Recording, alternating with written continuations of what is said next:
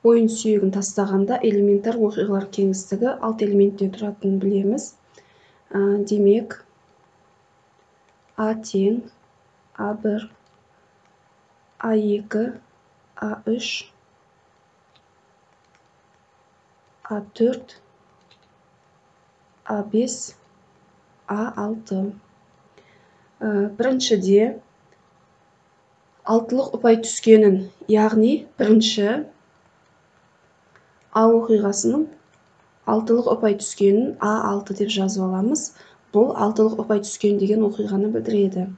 Екінші, тақ ұпай түскен, яғни 6-ға дейін бізде 3 тақсан бар. Демек, А оқиғасының А1, А3,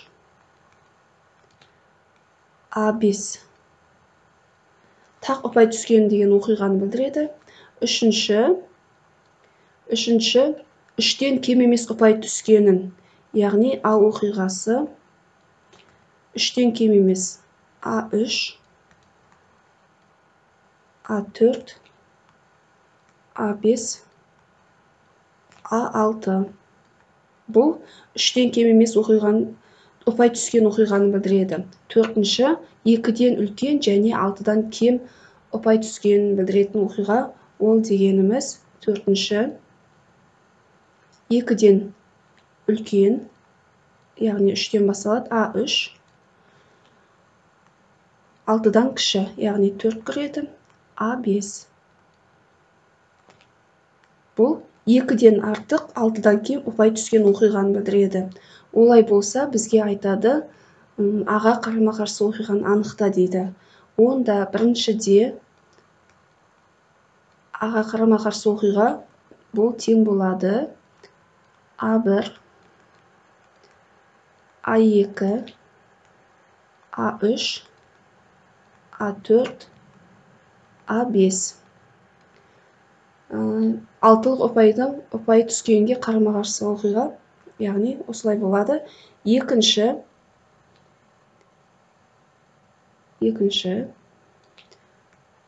қарама-қарсы оқиға ол,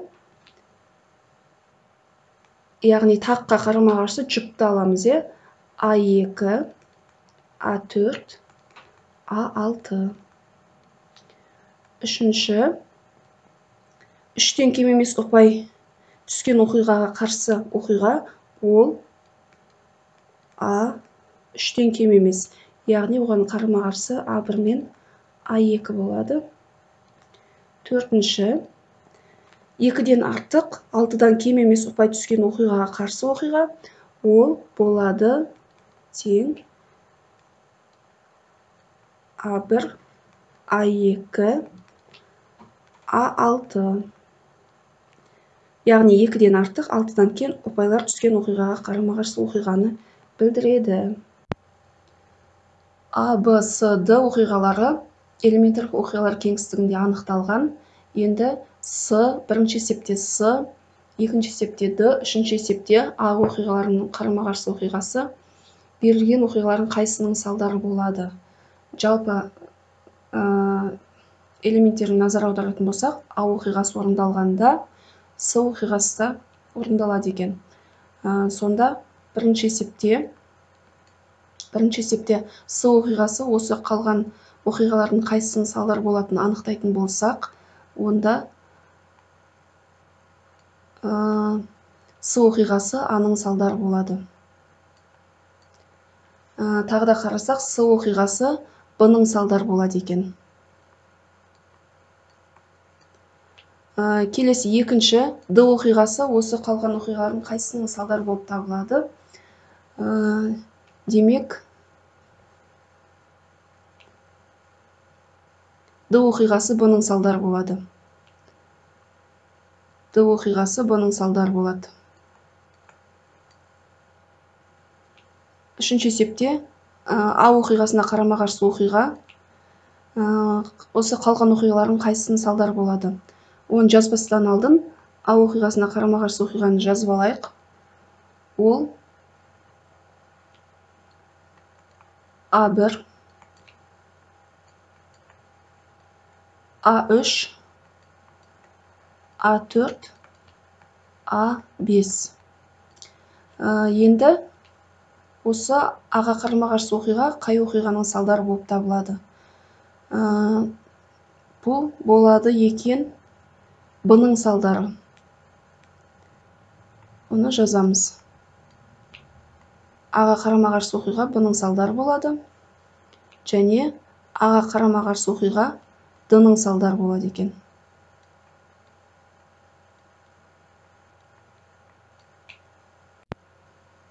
Тиын 2 рет тасталды. Элементар оқиғалар кеңістігін жазып көрсетіңдер.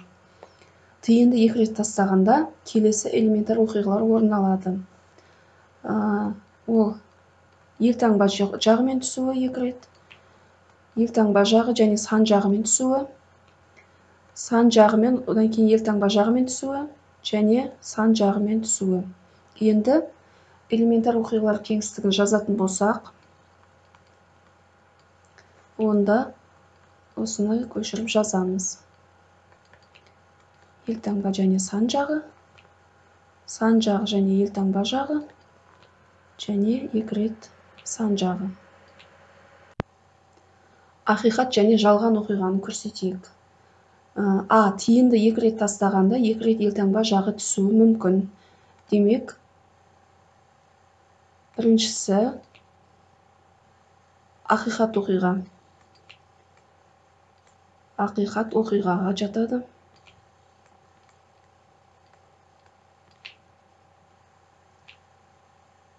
Екінші, Б. Кездейсоқ жазылған 2 таңбалы санның 99-дан артық болмауы мүмкін. Бұл ақиқат оқиға. Ақиқат оқиға.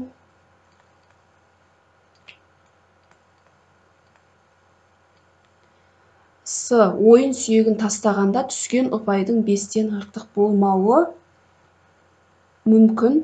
Бұл да ақиқат оқиға.